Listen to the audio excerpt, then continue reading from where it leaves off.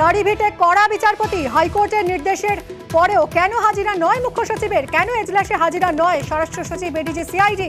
এই প্রশ্ন তুলে ক্ষুব্ধ বিচারপতি রাজাশেখর মান্থা। গ্রেফতারি পরোয়ানা জারির হুঁশিয়ারি দিয়েছেন বিচারপতি। ফের সোমবার সকাল 10:30টায় হাজিরার নির্দেশ মুখ্য সচিব। ভার্চুয়ালিও উপস্থিত না থাকায় ক্ষুব্ধ হাইকোর্ট, আমলারা আদালতের ঊর্ধ্বে নন। দাড়িভিট মামলায় পর্যবেক্ষণ বিচারপতি। মুখ্য সচিব, স্বরাষ্ট্র সচিব আদালতে হাজিরা না দিলে অ্যারেস্ট ওয়ারেন্ট জারি হবে। দাড়িভিট মামলায় বড় নির্দেশ দিয়েছে আজ কলকাতা হাইকোর্ট। আপনাদের মনে আছে, উত্তর দিনাজপুরের দাড়িভিটে পুলিশের গুলিতে 2 যুবকের মৃত্যুর অভিযোগ ওঠে এবং এনআইএ তদন্তের নির্দেশ দেওয়ার 10 মাস পরও কেন তা কার্যকর করা হয়নি, কেন এতদিনেও সেই নথি এনআইএর হাতে তুলে দেওয়া হলো না, তা নিয়ে হাইকোর্টের ক্ষোভের মুখে পড়তে হয়েছে রাজ্যের স্বরাষ্ট্র দফতরকে। এবং বড় নির্দেশ দিয়েছে কলকাতা হাইকোর্ট, মুখ্য সচিব, স্বরাষ্ট্র সচিব আদালতে হাজিরা না দিলে অ্যারেস্ট ওয়ারেন্ট জারি হবে।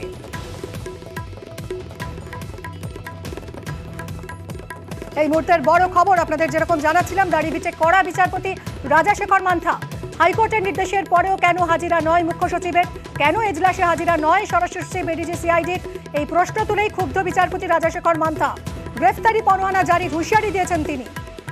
আবারও সোমবার সকাল 10:30টায় হাজিরার নির্দেশ দিয়েছেন মুখ্য সচিব। ভার্চুয়ালিও উপস্থিত না থাকায় ক্ষুব্ধ হাইকোর্ট এবং হাইকোর্ট জানিয়েছে আমলারা আদালতের ঊর্ধ্বে নন।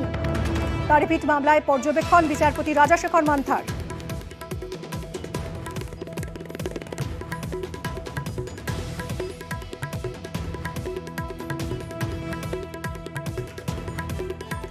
অর্ণব আমাদের প্রতিনিধি রয়েছেন, আরো বিস্তারিত জানাবেন।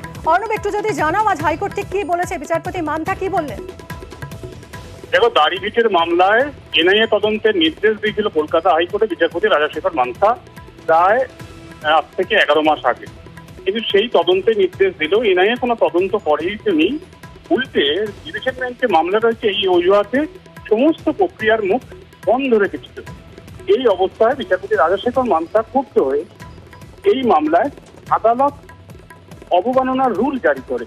এর অর্থ, রুল জারি করার দিন পরবর্তী শুনানির দিন অর্থাৎ আজ শুক্রবার, এক্ষেত্রে 3 জন রাজ্যের মুখ্য সচিব, স্বরাষ্ট্র সচিব এবং এডিজি সিআইডি তাদের সশরীরে হাজিরা দিয়ে কৈফিয়ত দেওয়ার দিন ছিল আদালতকে কেন তারা নির্দেশ মান্য করেনি, কেন এনআইএ তদন্ত হয়নি, কেন সিআইডির কাছ থেকে নথি বা তথ্য সেগুলো এনআইএকে দেওয়া যায়নি। শুধু তাই নয়, যে 2 ছাত্রের পরিবার ক্ষতিগ্রস্তদের ক্ষতিপূরণ দেওয়ার নির্দেশ ছিল সেটাই বা কেন হয়নি। এই অবস্থায় আজকে যখন মামলাটি শুনানির জন্য আসে, দেখা যায় রাজ্যের মুখ্য সচিব, স্বরাষ্ট্র সচিব বা এডিজি সিআইডি কেউই আদালতে হাজির হয়নি। এরপরই ক্ষুব্ধ হন বিচারপতি রাজাশেখর মান্থা। তিনি বলেন, এই রাজ্যে অনেক কিছু হতে পারে, কার্যত আদালতকে পরোয়া কে করে? কারণ এই রাজ্যের মুখ্য সচিব, স্বরাষ্ট্র সচিব বা এডিজি সিআইডি তারা সশরীরে হাজির না হলেও তারা তো ভার্চুয়াল কনফারেন্সের মাধ্যমে আদালতের অ্যাপিয়ারেন্সটা করতে পারত।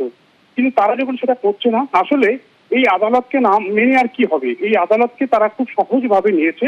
সোমবার দিন সময় দেওয়া হলো, সোমবার দিনের মধ্যে তারা এসে উপস্থিত হয়ে তারা ব্যাখ্যা দিক, তাহলে আদালতের মতো পদক্ষেপ করবে।